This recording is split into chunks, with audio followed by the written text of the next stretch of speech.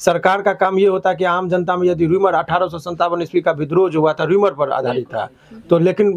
नींव तो हिली, ब्रिटिश हुकूमत हिल गई। तो ये यदि रूमर यदि आपके राज्य में फैल रहा है तो इसको रोकने की जिम्मेदारी किसकी है? पाकिस्तान सरकार की तो नहीं है, भारत सरकार की काम है। लेकिन मुख्यमंत्री जी का यही ये अपने से आके बयान देना चाहिए, वो नहीं करके वो मुख्यालय से बयान दे रहे। और वो एक डिप्लोमेसी के तरह की नहीं हमने बात किया, इस बात की क्या प्रमाण है? आप जो कर रहे हैं उस बात को कैसे मान लो? वहाँ लोग डेड बॉडी देख रहा है। सवाल ये भी उठता है सर कि जब इतने दिनों से बिहार के लोग बाहर पलायन कर रहे थे, जब प्रवासी वहां पे थे, तो इतने दिनों में जब वो ये सवाल नहीं उठाए और इस तरह का भ्रामक चीजें नहीं फैलाए, तो आज उनकी क्या मंशा हो सकती है इस तरह की चीजें करने की? तो ऐसी परिस्थिति में सरकार का दायित्व बनता है कि अपने नागरिकों की रक्षा करना, और राज्य सरकार का दायित्व इसमें कई गुना ज्यादा बढ़ जाता है। वोट मांगने के लिए आप खुद जाते हैं, और जब सरकार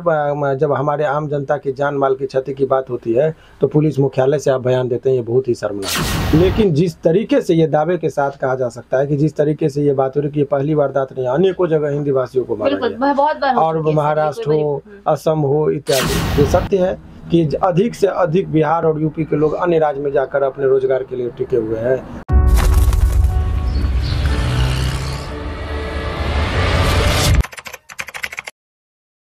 नमस्कार, प्रणाम। लाइव लोग न्यूज में आप सभी का स्वागत है। मैं हूं आपके साथ खुशबू राय। पिछले बीते कई दिनों से बिहार में सोशल मीडिया पर एक खबर बहुत तेजी से वायरल हो रहा है। खबर जानते ही होंगे आप, मैं बात कर रही हूं तमिलनाडु में हो रहे बिहारी मजदूर की हत्या की। इस बारे में बहुत सारी खबर अब तक आ चुकी है और बहुत सारे टीवी चैनल्स इस बात का दावा कर रहे हैं कि ये महज एक अफवाह है। लेकिन इसको अफवाह कैसे माना जाए जब हर रोज यहाँ पे कई तरह के वीडियोज आ रहे हैं, और तो और उस फैमिली वाले के स्टेटमेंट तक लोगों को देखने को मिल रहा है। और सबसे बड़ी बात, पर्सनल लेवल पर भी कॉल आने शुरू हो गए हैं, और एक और बिहार सरकार ये कहती हुई नजर आ रही है यह एक अफवाह है, इस पर ध्यान ना दे, हमारी बात हुई है तमिलनाडु सरकार से। लेकिन अगर मैं बात कर लूं तथ्यों की, तो जिस प्रकार से लगातार वीडियोस सोशल मीडिया पे देखने को मिल रहा है और पर्सनली लोगों के पास भेजा जा रहा है और व्यक्तिगत तौर पे बताया जा रहा है कि तमिलनाडु में इस प्रकार की चीजें हो रही है, तो इस सिचुएशन में हमारी न्यायालय क्या कुछ कर सकती है ऐसे चीजों के लिए और देश में फैल रहे इस तरह की घटनाओं के लिए? हमारे साथ बातचीत करने के लिए हाईकोर्ट के अधिवक्ता शिवनंदन भारती जी मौजूद हैं। इनकी हमेशा हर चीजों पे अपनी प्रतिक्रिया होती है और ये राय देते हैं, हमेशा इनकी राय समाज के हित में होती है। मेरा ख्याल आया कि क्यों ना इस विषय पे हम एक बार सर से बात करें और आप तक इनकी बात पहुंचाए कि इस मुद्दे पर और ऐसे चीजों पर सरकार की तरफ से अगर पहल नहीं की जा रही हो, या फिर अगर ये अफवाह ही है तो इसको सत्यापित किया जाना, या फिर अगर इसके ऊपर कोई जांच बिठाई जानी चाहिए या नहीं, तो न्यायालय की ओर से क्या पहल हो सकती है, उसके बारे में हम बात करेंगे। पहले स्वागत करेंगे सर आपका। जी बहुत बहुत शुक्रिया आपका भी। कुछ दिनों से लगातार सोशल मीडिया पे जो खबर चल रही है तमिलनाडु में बिहारी मजदूरों को, मैं ये नहीं दावे के साथ कहूंगी कि सिर्फ बिहारी मजदूरों की, क्योंकि हमारे पास ये भी प्रमाण है कि हिंदी बोलने वालों को, यानी कि तमिल के लोगों को छोड़कर जो भी हिंदी भाषी हैं उनको लगातार बेरहमी से काटा जा रहा है, मारा जा रहा है। लेकिन अभी तक बिहार सरकार के ऊपर कोई सुबुगाहट नहीं दिख रही है, तो ऐसी परिस्थिति में न्यायालय की ओर से क्या पक्ष हो सकता है? देखिए, सवाल इस पूरे प्रकरण को जो लोग देखते हैं वीडियो, चूँकि सोशल साइट पर अभी जितना भी है डिजिटल इंडिया लोग कहा जाता है, तो आज के दौर में हर हाथ में मोबाइल हो गया है, तो लोग खबर बहुत तीव्र गति से जो है सो देखते हैं लोग। और लोगों की प्रतिक्रिया, तो एक चीज़ तो ये है कि सभी लोग जो बाहर में हैं वो डरे और सहमे हैं, और ऐसे परिस्थिति में बहुत संभालना बहुत मुश्किल हो जाएगा। सरकार की तरफ से जो एक पुलिस मुख्यालय की तरफ से एक बयान आया जिसमें उन्होंने अपना इस बात पर अपना क्लियरिफिकेशन देते हुए बताया गया कि ये भ्रामक है, ये इसका सत्यता से कोई बात नहीं। लेकिन उसमें भी ये चीज़ को माना गया कि वो जो घटनाएं थी जिसमें एक बिहारी को मारा गया और झारखंड के लोगों के द्वारा मारा गया, ये सरकार की तरफ से जो रिपोर्ट आई है दोनों के बीच में वार्तालाप, और उन्होंने 2 वीडियो का जिक्र करते हुए उन्होंने कहा कि वो फेक है। तो सवाल है कि केवल 2 वीडियो नहीं है, यहाँ अब आज के दौर में जो सोशल साइट पर आके देखा जा रहा है तो 100 से अधिक वीडियो, और कुछ लोग जो मजदूर वहाँ से आ रहे हैं उनकी प्रतिक्रिया। तो ऐसे परिस्थिति में यदि मामला सत्य है, जिस तरीके से बातें कही जा रही है, और अभी जो लोगों के बयान से लग रहा है कि बहुत हद तक बातें सत्य हो भी रही है, तो ऐसी परिस्थिति में सरकार का दायित्व बनता है कि अपने नागरिकों की रक्षा करना, और राज्य सरकार का दायित्व इसमें कई गुना ज़्यादा बढ़ जाता है, क्योंकि उनके राज्य के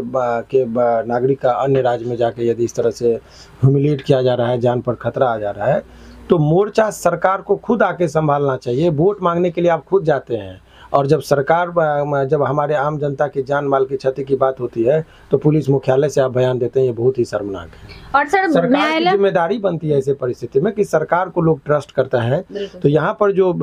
जो सरकार के तरफ से जो ये माननीय मुख्यमंत्री जी होते हैं, उनका एक प्रेस कॉन्फ्रेंस होना चाहिए, उस चीज़ पर वो अपनी बातें को रखते तो लोगों को ज़्यादा, यदि वो भ्रम की स्थिति है तो वो क्लियर हो सकती थी। उनका ये आम जनता होने के नाते हम लोगों का ये सलाह है कि इस तरह से करें ताकि देश में अमन चैन रहे। एक तो ये चीज़ है। दूसरी तरफ केंद्र सरकार की जो जिम्मेदारी बनती है ऐसे परिस्थिति में बहुत ज़्यादा, और केंद्र सरकार के जो माननीय प्रधानमंत्री हैं नरेंद्र मोदी जी, इनकी दायित्व और बहुत ज़्यादा बढ़ जाती है। हर मुद्दे पर उनका बयान आता है, लेकिन इस तरीके से यदि हिंदी भाषियों को टारगेट करके यदि उनके साथ इस तरह का बात यदि रूमर ही है तो इस पर आपको बयान देने में क्या फ़र्क पड़ता है। उनके तरफ से भी आना चाहिए ताकि देश में एक दहशत का जो माहौल उत्पन्न हो गया हिंदी भाषी जो बाहर में रह रहे हैं। ये सत्य है कि अधिक से अधिक बिहार और यूपी के लोग अन्य राज्य में जाकर अपने रोजगार के लिए टिके हुए हैं। बिहार के लोग जो है, बिहार, झारखंड, उत्तर प्रदेश इत्यादि जो है, जिसमें राजस्थान इत्यादि के लोग जो है सो देश के अनेक जगहों पर जाके अपने रोजगार के लिए वहाँ पर टिके हुए हैं।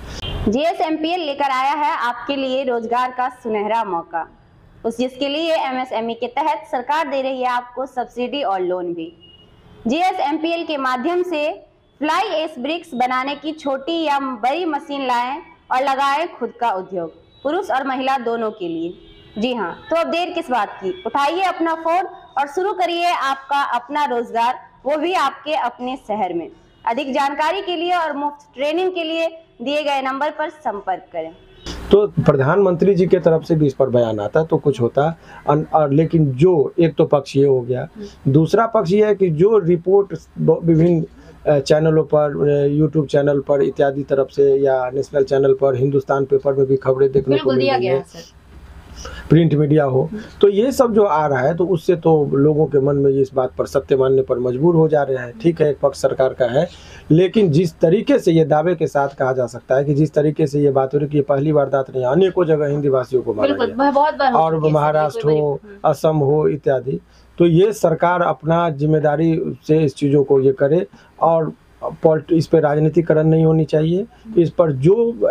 इस तरह का वारदात पर कैसे कंट्रोल, देश टिकेगा तभी एक आम जनता का भी रक्षा है, तो सरकार को अपनी जिम्मेदारी निभानी चाहिए। तो एक पक्ष प्रश्न ये रहा। दूसरा और जो बहुत महत्वपूर्ण प्रश्न आपका, यदि सरकार निष्क्रिय हो जाए जी, तो क्या विकल्प बचता है, जो आपका है मूल रूप से। तो देखिए, ऐसे परिस्थिति में जो मौलिक अधिकार है, फंडामेंटल राइट्स है हमारा,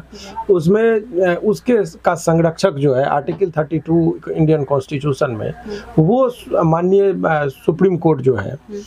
उनके पास असीम शक्ति है कि वो इस पे सरकार से अपना रीट के माध्यम से या वैसे भी वो उनसे जवाब तलब कर सकते हैं कि क्या आपने स्टेप लिया। जैसे कोरोना टाइम में भी देखा होगा कि आपने लिया गया था सुमोटो, तो सुमोटो भी ले सकते हैं वो, जिसमें मीडिया के खबर को ही जो है सो एक आधार बना कर लिया जाता है, और अनेकों जगह इस चीज़ को लिया जाता रहा है। तो ऐसे परिस्थिति में मुझे लगता है कि इस चीज़ को थोड़ा सा नज़र पर रखते हुए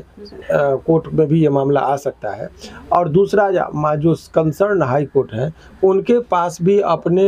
226 के तहत बहुत असीम शक्ति होती है, उनका भी उपयोग किया जा सकता है। तो मुझे लग रहा है कि जिस हिसाब से ये मामला बढ़ रहा है, तो हो ना हो सुमोटो देखिएगा कि कोई ना कोई जो है सो या तो सुप्रीम कोर्ट या पटना हाई कोर्ट ले सकती है इन चीज़ों पर। तो कोर्ट का माध्यम यही, लेकिन कोर्ट जनरली जो सरकार के कार्यों में हस्तक्षेप करने से बचती है, और ऐसे पर वो अंतिम दम तक देखती है कि सरकार अपने स्तर से कोई पहल करे। जब बहुत एक्सेस होने लगता है, जब सहन से ज़्यादा होने लगता है, तब सामान्यतः जो है सो जुडिशरी सुमोटो एक्शन लेती है। लेकिन हमारा एक अहम सवाल आपसे ये होगा कि इस सिचुएशन में, जिस प्रकार की सिचुएशन बिहार में बनी हुई है, बिहार सरकार एक और डिनाई कर रही है और दूसरी ओर आम पब्लिक इस बात का दावा कर रही है कि हमारे लोग वहाँ पे मारे जा रहे हैं, तो जिन व्यक्ति के लोग मारे जा रहे हैं वो व्यक्ति आके स्टेटमेंट भी दे रहे हैं और यहाँ पे मीडिया पर भी सवाल उठ रहा है कि जो मीडिया इस तरह की रिपोर्ट चलाएंगे उनके ऊपर भी कार्रवाई की जाएगी। तो आम पब्लिक इन चीजों को रोकने के लिए न्यायालय के माध्यम से क्या पहल ये बहुत अच्छी बात है कि सरकार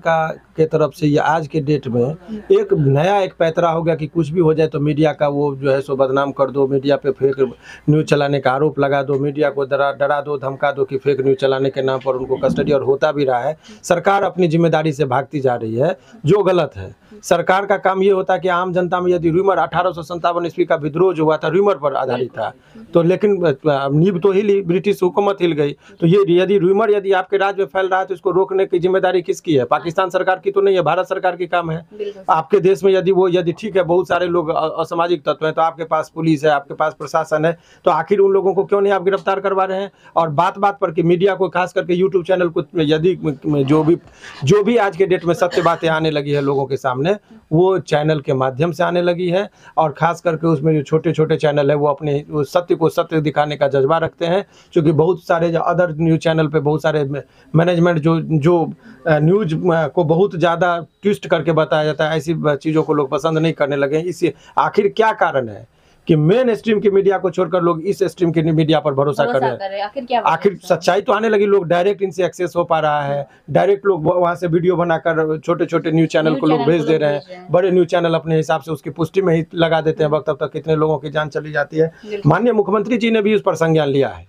लेकिन मुख्यमंत्री जी का यही एक अपने से आके बयान देना चाहिए, वो नहीं करके वो मुख्यालय से बयान दे रहे हैं। और वो एक डिप्लोमेसी के तरह की नहीं, हमने बात किया, इस बात की क्या प्रमाण है? आप जो कर रहे हैं उस बात को कैसे मान लो? वहाँ लोग डेड बॉडी देख रहा है, वहाँ लोग रोने चीखने की आवाज सुन रहा है, वहाँ का मजदूर आता है स्टेशन पर, वो बात कहता है कि मुझे मारा गया, और आप कह रहे हैं कि किसी को नहीं मारा जा रहा है। तो ये जो एक भ्रम की स्थिति है, ये बहुत बर्दाश्त से बाहर की चीज है, उस पर सरकार को तुरंत से तुरंत एक्शन लेना चाहिए। सवाल ये भी उठता है सर कि जब इतने दिनों से बिहार के लोग बाहर पलायन कर रहे थे, जब प्रवासी वहां पे थे, तो इतने दिनों में जब वो ये सवाल नहीं उठाए और इस तरह का भ्रामक चीजें नहीं फैलाए, तो आज उनकी क्या मंशा हो सकती है इस तरह की चीजें करने की, अगर उनको सही रूप से वहां पे पैसे मिलते और काम मिल रहा होता भली भांति? देखिए, ये बात सरकार को समझने की जरूरत है। सरकार को ये बात समझने की जरूरत है कि आखिर ये परिस्थिति उत्पन्न हुई है, रूमर ही सही, अब लोग आना चाह रहे हैं, भागम भाग हो रही, होली का टाइम है, कहीं से ट्रेन नहीं है, तो जो लोग आना चाह रहे हैं तो भाई आ जाए, तब देश में स्थिरता आ जाए।